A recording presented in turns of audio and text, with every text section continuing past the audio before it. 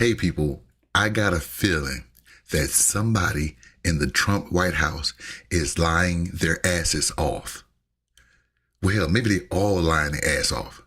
Let me just tell you what's going on.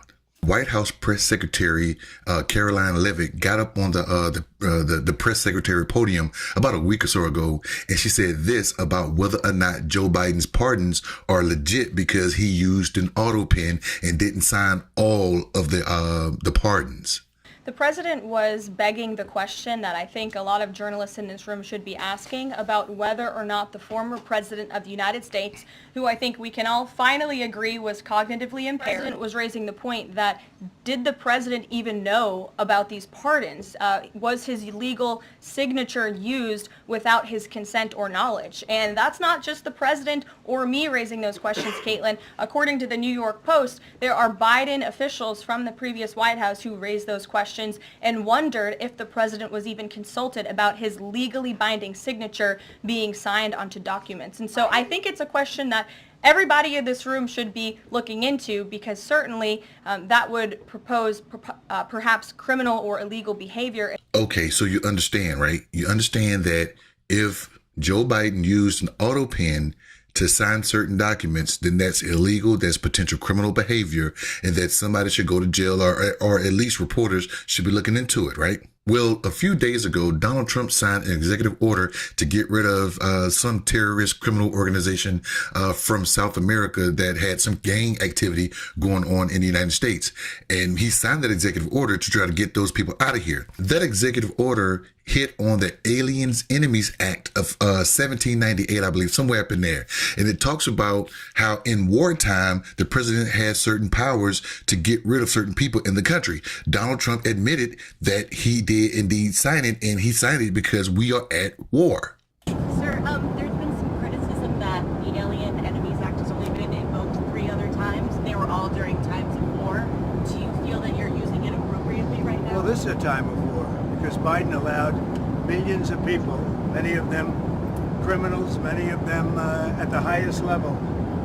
They emptied jails out. Other nations emptied their jails into the United States. That's an invasion. And these are criminals, many, many criminals, murderers, drug dealers at the highest level, drug lords, people from mental institutions. That's an invasion. They invaded our country. So this isn't, in that sense, this is war. Well, there have been some legal ramifications to that signature and to that actual executive order. And a federal judge, I guess you guys have been watching the news where they had the guys in the plane and the judge said, hey, I know they're in the air, but if you did it against my wishes, you need to turn that plane around mid-air and bring those guys back so they can have due process. Donald Trump, his State Department, and everybody else, they did not do that. Those guys landed in a South American country and they're gone. We don't know where they are, what's going on. Now the question is, who told you to do that, when and where and why? And this is when Donald Trump shows his true colors and says he didn't sign it. He don't know what you're talking about. He's going to throw everybody under the bus. This judge, who the DOJ is arguing with today about the deportation flights, he wants to know why the proclamation was signed in the dark, his words, and why people were rushed onto planes. Because we want to get criminals out of our country, number one, and I don't know when it was signed because I didn't sign it. Other people handled it. But Marco Rubio's done a great job, and he wanted them out, and we go along with that. This is Donald Trump's signature to that executive order. Now, I got a couple of questions. Number one, is that signed by auto pen? Number two, did he know or was he aware, if he did not physically sign it, is he aware that somebody affixed his name to a document? And also, why is he saying now, I didn't sign it. I don't know when I signed it. I don't know what's going on. The State Department, Marco Rubio, those guys wanted them gone, so we just agreed to it. Why is he separating himself from Marco Rubio? He even said it in his State of the Union address. If everything goes wrong, we know to blame Marco Rubio. He's getting ready to throw everybody under the bus. And one last thing, the press secretary herself admitted also that he signed it.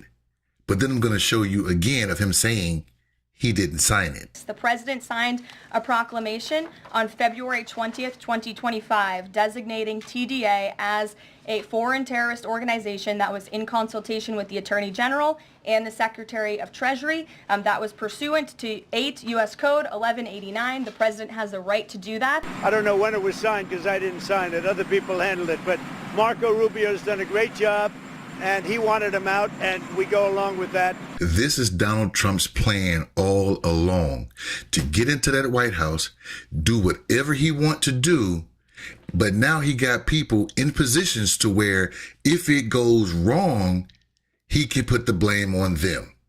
And he walks away scot-free. Somebody lying their ass off. What do you think?